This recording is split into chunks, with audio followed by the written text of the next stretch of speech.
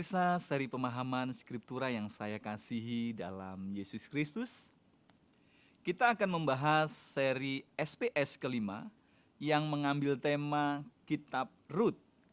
Pada bagian ke-40 ini, kita akan membahas tafsir Rut 4 ayat 3 sampai 4a. Lalu dia berkata kepada penebus itu, Naomi yang kembali dari peladangan Moab ingin menjual bagian tanah milik saudara kita Elimelek. Biasanya orang menghubungkan kisah tentang penebusan ini dengan Imamat 25 ayat 23 dan seterusnya, bahwa Elimelek sebelum emigrasi telah menjual ladangnya. Naomi sebagai janda tanpa anak yang telah kembali memiliki hak untuk membeli kembali ladang suaminya. Dan karena dia miskin, maka salah seorang saudara suaminya dapat membantunya untuk menebus kembali ladang yang telah dijual itu bagi Naomi. Dan ini memiliki konsekuensi pernikahan Levirat juga. Namun, yang menjadi problem di sini adalah Naomi tidak didudukkan sebagai yang ingin membeli kembali, tetapi justru dia ingin menjual. Jika benar Naomi masih memiliki ladang suaminya, maka dia bukanlah orang miskin, melainkan sebagai tuan tanah dan orang kaya. Namun, mengapa dia berlagak miskin terhadap menantunya, sehingga Rut harus memungut jelai di ladang orang lain? Perkara Naomi menjual warisan, ini sangat merusak cerita yang telah berjalan harmonis. Namun demikian, terhadap penjelasan yang sangat baik bahwa Naomi memang orang yang sangat miskin. Dia berusaha menjual hak untuk membeli kembali tanah Elimelek yang telah dijual kepada orang lain pada waktu dia berimigrasi ke Moab bersama keluarganya. Jadi, dasar utama adalah tetap pada Imamat 25 ayat 23 dan seterusnya.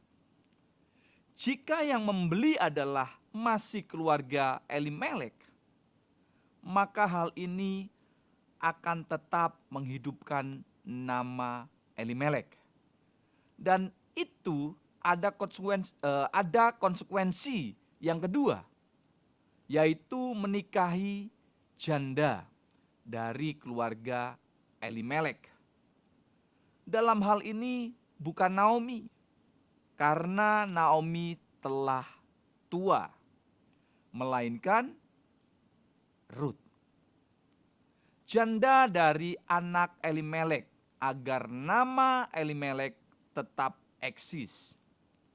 Jadi sebenarnya pokok yang paling penting dalam perkara ini adalah menikahi janda daripada keluarga Elimelek, agar nama Elimelek tetap eksis. Dan barulah perkara selanjutnya adalah pembelian atau penebusan tanah Elimelek yang telah dijual.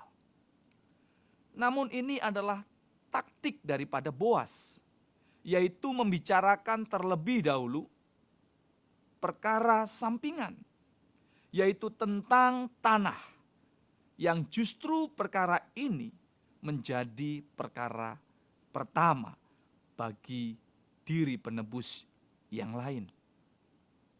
Dan barulah mengatakan perkara utamanya.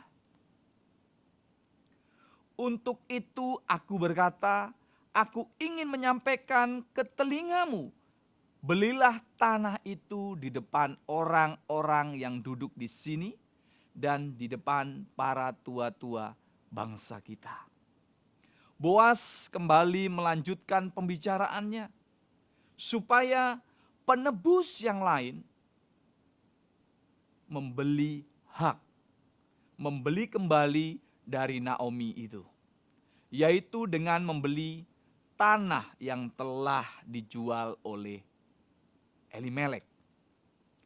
Proses pembelian itu disaksikan oleh tua-tua kota sehingga menjadi sah. Sekali lagi, Boas belum membicarakan perkara utamanya. Boas sebagai calon penebus berinisiatif ingin menolong. Ketika kita datang kepada sang penebus kita, maka pastilah dia akan menolong kita. Amin. Soli Deo Gloria.